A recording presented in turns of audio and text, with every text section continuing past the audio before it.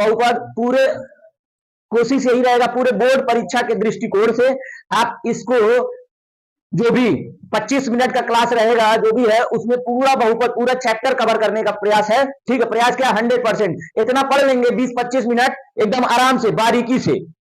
ठीक है, क्योंकि हम तो फास्ट चलेंगे लेकिन आप भी फास्ट चलने लगेंगे तो हम लोग का मिलन नहीं हो पाएगा, आपको धीरे चलना पड़ेगा। हम फास्ट चलेंगे और आप भी फास्ट भागने लगेंगे तो हम दोनों आपस में मिल नहीं पाएंगे। इससे बेटर है कि हम फास्ट चल रहे हैं तो आप धीरे चलिए, मुलाकात तगड़ा होगा। ठीक है, जैसे अब कोई जा रहा है, अब उसके पीछे पीछे आप जाइएगा और वो उतना ही स्पीड से वो भी आगे जाएगा तो कभी मुलाकात होगा नहीं होगा। लेकिन अगर वो धीरे चलेगा आप तेज चलेंगे तो मुलाकात हो जाएगा। हम कोशिश करेंगे 25 मिनट में खत्म करने का, इसलिए तेज पढ़ाएंगे और आप भी वीडियो देखिएगा तो तेज करके देखिएगा तो आपको पल्ले नहीं पड़ेगा, तेज तेज डबल तेज हो जाएगा। ठीक है, ज्यादा दिक्कत हो जाएगा। इसलिए आराम से जरा सा इधर उधर घसकाए बिना आपको मैं बता रहा हूं, यहाँ पे क्लास लाइव क्लास चल रहा है, लाइव तो चला लीजिए। ठीक है, बाद में आप वीडियो में भी देखिएगा तो घसकाइएगा मत, जरा सा भी स्किप मत कीजिएगा, आराम से देखिएगा। 25 मिनट बहुत ज्यादा नहीं है पूरे चैप्टर के लिए, कोई भी ऐसा मिलेगा नहीं यूट्यूब पे आपको कि 25 मिनट 30 मिनट में पूरा चैप्टर कवर कर दे। ये परीक्षा के लिए है, जो विद्यार्थी पढ़े नहीं है वो भी जान लेंगे, बस 30 मिनट देंगे एकदम बाकायदे विस्तार से वो। ठीक, ध्यान से देखिए और जैसा कि मैं बोल रहा हूं ध्यान से देखिएगा, तो ये नहीं कि आप देखते ही बस रहिएगा। ठीक है, आपको समझना भी है। ठीक है, ये चीजें हमको बोलनी इसलिए पड़ रही है क्योंकि हम ऐसे ऐसे विद्यार्थियों से मिल चुके हैं। ठीक है, जिनका कहानी अलग अलग है।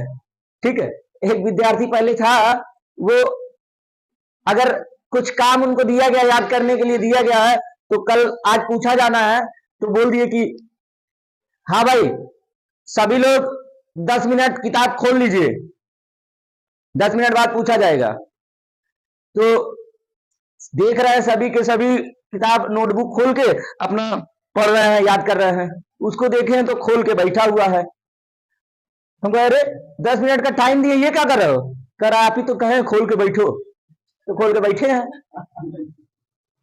उसका यही सिस्टम था, जब तक उसको पूरी बात नहीं बताया जाएगा तब तक वो पूरा करता नहीं था। ठीक है, कॉपी निकाल लो तो कॉपी निकाल के रख लेगा, कुछ नहीं करेगा उसके आगे। आप ही तो कहे निकाल लो, निकाल दिए हैं।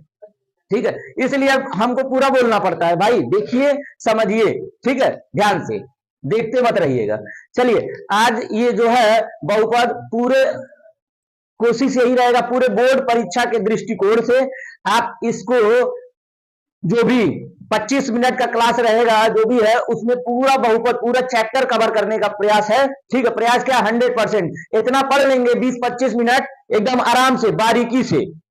ठीक है, क्योंकि हम तो फास्ट चलेंगे लेकिन आप भी फास्ट चलने लगेंगे तो हम लोग का मिलन नहीं हो पाएगा, आपको धीरे चलना पड़ेगा।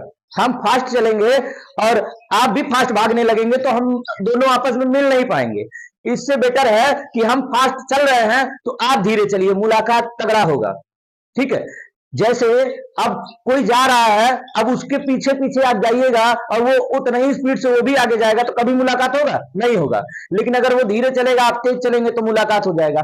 हम कोशिश करेंगे 25 मिनट में खत्म करने का, इसलिए तेज पढ़ाएंगे और आप भी वीडियो देखिएगा तो तेज करके देखिएगा तो आपको पल्ले नहीं पड़ेगा, तेज तेज डबल तेज हो जाएगा। ठीक है, ज्यादा दिक्कत हो जाएगा। इसलिए आराम से जरा सा इधर उधर घसकाए बिना आपको मैं बता रहा हूं, यहाँ पे क्लास लाइव क्लास चल रहा है, लाइव तो चला लीजिए। ठीक है, बाद में आप वीडियो में भी देखिएगा तो घसकाइएगा मत, जरा सा भी स्किप मत कीजिएगा, आराम से देखिएगा। 25 मिनट बहुत ज्यादा नहीं है पूरे चैप्टर के लिए, कोई भी ऐसा मिलेगा नहीं यूट्यूब पे आपको कि 25 मिनट 30 मिनट में पूरा चैप्टर कवर कर दे।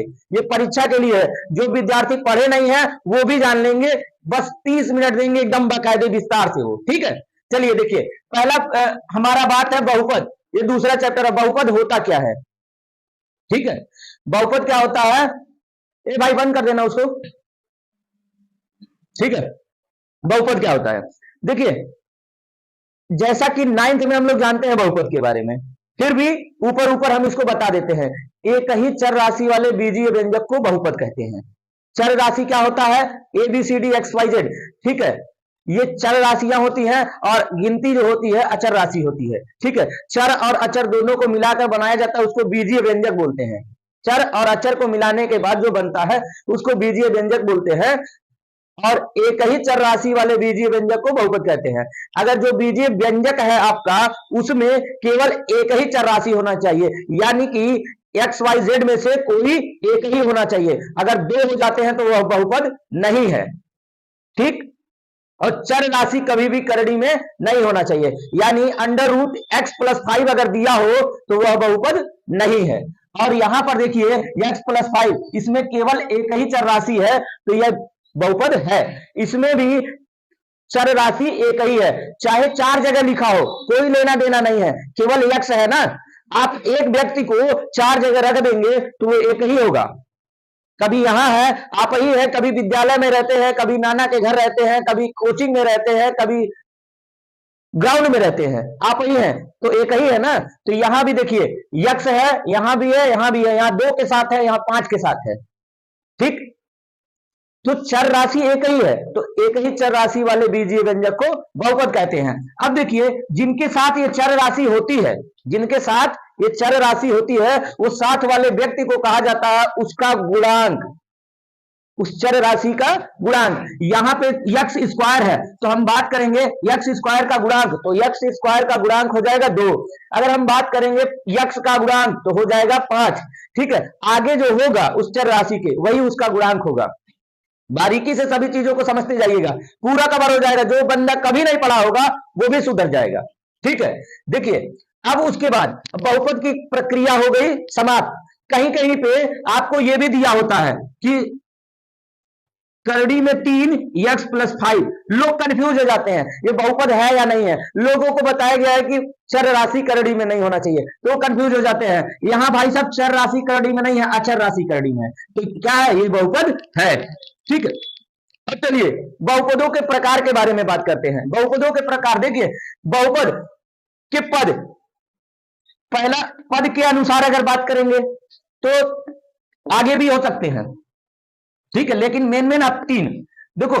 एक पदी जिसमें केवल एक पद हो, एक पदी, पद कैसे चेंज होते हैं। अगर बीच में प्लस या माइनस का चिन्ह लगा होता है तो वही अंतर करता है, प्लस या माइनस यही अंतर बताता है, ठीक है, कि इन दोनों को जोड़ा गया, इन दोनों को घटाया गया है। गुणा, गुणे से कोई लेना देना नहीं होता है। तो देखिए 5x, यहां प्लस माइनस का चिन्ह एक भी नहीं है तो एक पदी, ठीक। और यहां पर एक दो पद है, द्विपदी, यहां पर 1 2 3 3 पद है, त्रिपदी, ठीक है। आगे आपसे पूछता है कि बहुपद के कितने पद हैं तो आप गिन लीजिएगा, बता दीजिएगा, सिंपल सा चीज है। उसके बाद आते हैं घात के हिसाब से देखते हैं। इसके आगे एक चीज और भी बोला जाता है, कहता है शून्य बहुपद, ठीक है भाई। तो शून्य बहुपद मतलब कुछ नहीं, बहुपद ही नहीं तो बहुपद शून्य, ठीक है। यानी जो भी चर या अचर होंगे उनके गुणांक शून्य होंगे तो शून्य बहुपद होगा, जो दिखेगा ही नहीं, ठीक है। अब देखिए अगर इमेजिन करके आपसे बताया जाए कि भाई बता दो तब तो आप कर दीजिएगा, ठीक है। 0x square plus 0x plus 6, 0 0 into 6, भाई सब 0 0 खत्म, ठीक है, कहानी खत्म। चलिए अब आ जाइए रैखिक बहुपद। चर राशि पर जो सबसे बड़ी घात होनी चाहिए 1, देखिए 1 है ना, इस पर चर पर घात कितना है 1, तो यह रैखिक बहुपद हो गया। अगर सबसे बड़ी घात चर पर 2 होगा तो द्विघात बहुपद, सबसे बड़ी घात 3 होगा तो त्रिघात बहुपद, ठीक। ये सब आपके क्लियर, ठीक, बहुपदों के प्रकार, ठीक। अब देखिए आपका जो बहुपद का पहला चैप्टर है उसमें आपसे बोला गया है ये एक्स अक्ष वाई अक्ष कुछ ऐसा फिगर बनाया हुआ है, ठीक। उसमें बोल रहा है कि y बराबर एफ एक्स के लिए, y बराबर एफ एक्स के लिए, ठीक है, शून्य ज्ञात कीजिए, यक्स के एफ एक्स के शून्य ज्ञात कीजिए, किसके एफ एक्स के, किसके शून्य ज्ञात करना है एफ एक्स के। तो देखिएगा जो ये रेखा है वो यक्स अक्ष को जितनी बार काटेगी उतना ही उसके शून्य होंगे। तो अब आपका ये जो हमने लाइन खींचा था एक बार कट रहा था, अब देखिए अगर इस तरह का खींचा जाए तो ये आपको 2 बार काट रहा है एक्स अक्ष को, तो यहां शून्य कितने होंगे 2 होंगे। अगर कुछ हम लोग इस प्रकार से काम करें, ठीक है, कि अब देखिए 1 2 और ये रेखा काट रही है, यहाँ पे 3, यहाँ पे 4, ठीक है, तो बहुपद के शून्यक कितने हो गए? 4। ठीक है, यहां पे इसका मामला खत्म। ठीक, अब हम लोगों को बात करना है, अगले चैप्टर में जाना है, वहां पे आपसे बोलेगा क्या? ठीक है, वहां बात होगा कि जैसे द्विघात बहुपद दिया होगा या 3 घात का बहुपद दिया होगा कोई भी, उसका बोलेगा बहुपद के शून्यक ज्ञात कीजिए और शून्यकों के बीच संबंध के सत्यता की जांच कीजिए। ठीक है, तो मामला हम लोग समझते हैं पहले। संबंध के सत्यता की जांच, अगर बहुपद के शून्यक निकालते हो उनमें 2 प्रकार का संबंध होता है, शून्यकों का योगफल, शून्यकों का गुणनफल। 2 तरह का संबंध होता है, संबंध की बात कर रहे हैं।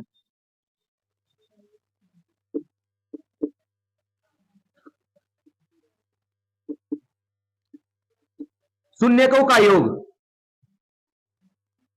ठीक है, उसके बाद शून्यकों का गुणनफल। ठीक है भाई, एकदम बोर्ड परीक्षा में अगर बहुपद से कोई भी प्रश्न आएगा 100% आपका लग जाएगा, इसकी गारंटी है पूरी। ठीक है, देखिए अब शून्यकों का योग, योग मतलब आप शून्यक को ज्ञात करेंगे और जोड़ लेंगे, आपने योग कर लिया। ठीक, और अगर शून्यक आपने गुणनखंड नहीं किया है, चाहते इसी प्रकार से हम शून्यकों का योग निकाल ले, तो उसके लिए फार्मूला बना हुआ है। ठीक है, माइनस यक्स का गुणांक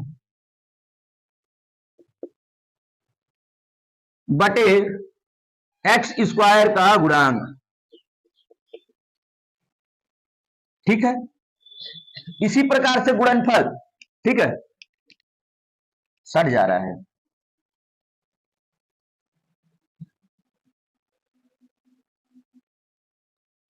गुणनफल, गुणनफल के लिए फार्मूला बना हुआ अचर पद, अचर पद बटा में एक्स स्क्वायर का गुणांक।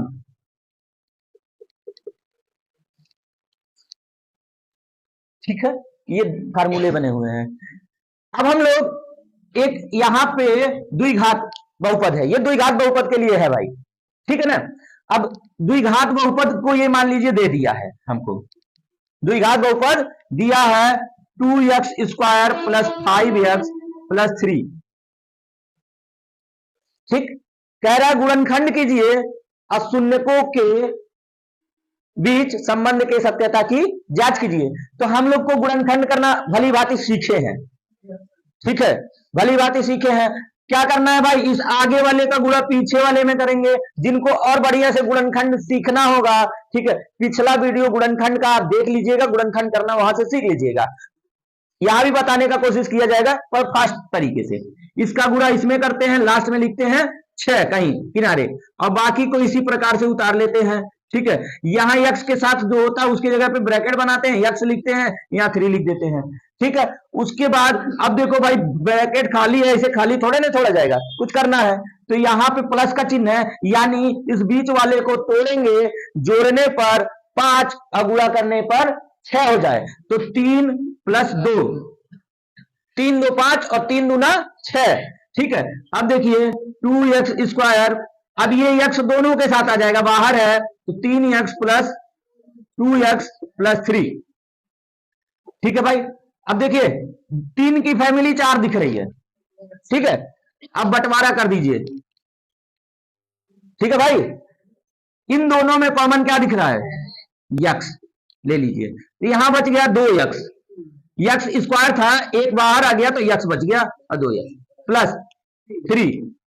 यहां जो चिन्ह होता है वही लेते हैं भाई, ले लिया। अब दोनों में कुछ नहीं मिल रहा है तो एक जरूर मिलता है। ठीक है, तो एक ले लीजिए, तो यहां बच गया 2x प्लस 3।